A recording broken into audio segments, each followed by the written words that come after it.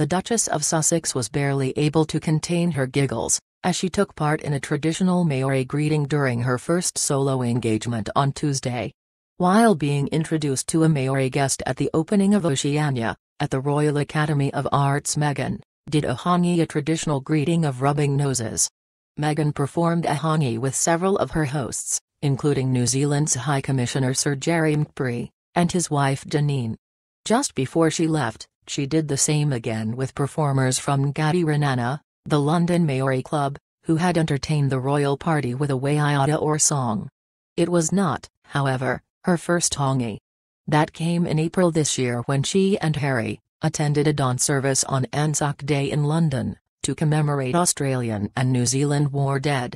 Meghan enlisted the designer behind her wedding dress, Givenchy, as she attended the opening of the exhibit, without her husband Prince Harry in tow. The French fashion brand, of which the royal wedding dress designer Claire Waite-Keller is artistic director, has proved to be a firm favorite in the royal wardrobe.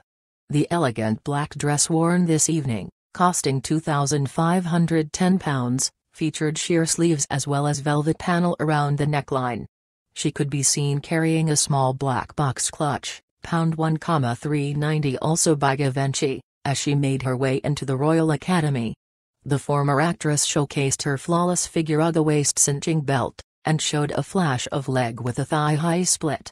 Meghan also relied on an old favorite when it came to her shoes, opting for a pair of Aquazzura stilettos, £490, which she has worn on several previous engagements. The confident royal revisited the straighter hairstyle that she debuted during her engagement at Loughborough University, with Prince Harry on Monday. While given a tour of the exhibit, Meghan viewed many of the 200 artifacts on show at the exhibition and told New Zealand video artist Lisa Rayani, "It's so special. It's spectacular." The Duchess said it was a perfect introduction to the region she and Harry will be visiting next month. "It's a great introduction to the sights and sounds of that part of the world," she added. Earlier, when Meghan first arrived, she practiced her Hongi, when she was shown a large artwork by 4 female New Zealand women, a blue tarpaulin woven into a large cloth that symbolized a rising wave. Some of the group, called the Mata'aho Collective, greeted Meghan with the traditional Maori greeting. Artist Sarah Hudson said, "We thought it might be a nice bit of practice before she comes to the Pacific next month, and it's nice to be able to practice something that's customary for us. She's honoring our heritage and it's so humbling." The artifacts include some plundered from island tribes in the colonial era, which are now part of Western Museum collections. But Meghan was steered clear of the one item on show that remains disputed, a Solomon Island feast trough in the shape of a crocodile. The Academy has labeled it with the admission that it was forcibly seized in a violent punitive raid by HMS Royalist, in 1891. Inside the Academy's Gallery 3, the Duchess joined some of the 800 guests, including artists and those loaning the exhibits, invited to attend a private function last night celebrating their involvement in the project.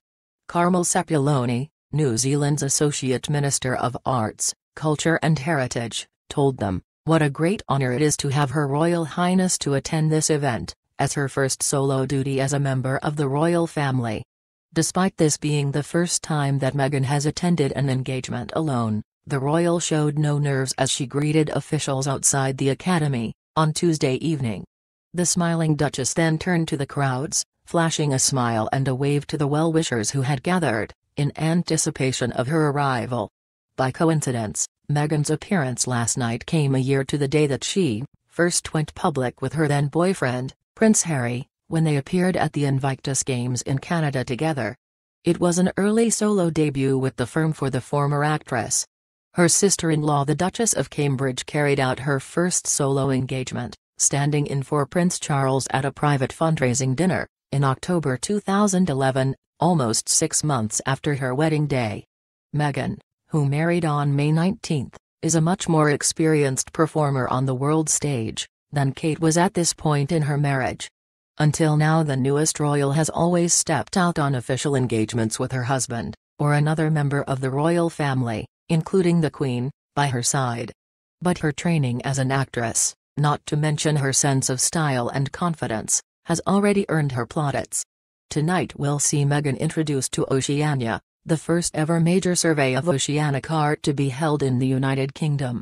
The exhibition will celebrate the art of Melanesia, Micronesia and Polynesia, encompassing the vast Pacific region including New Guinea, Easter Island, Hawaii and New Zealand. Oceania will bring together around 200 works, from public collections worldwide, spanning over 500 years. The exhibit also marks the 250th anniversary of the Royal Academy, which was founded in 1768, the same year Captain James Cook set out on his first Endeavour expedition.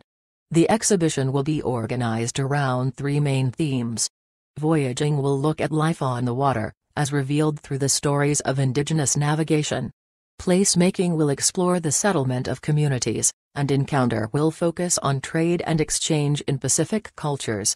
During the visit, the Duchess will receive a tour of Oceania, spending time viewing exhibits from different regions including New Zealand, Fiji, the Kingdom of Tonga and Australia, which she and the Duke of Sussex will visit in October. Her Royal Highness will also meet the exhibition's curators and artists, as well as descendants linked to the works displayed, and view a short performance of Ngati Ranana, a Maori cultural group. The Duke and Duchess of Sussex's program during their official visit to Australia, Fiji, the Kingdom of Tonga, and New Zealand next month will focus on youth leadership, environmental and conservation efforts. Oceania will run at the Royal Academy of Arts from 29 September, 10 December 2018.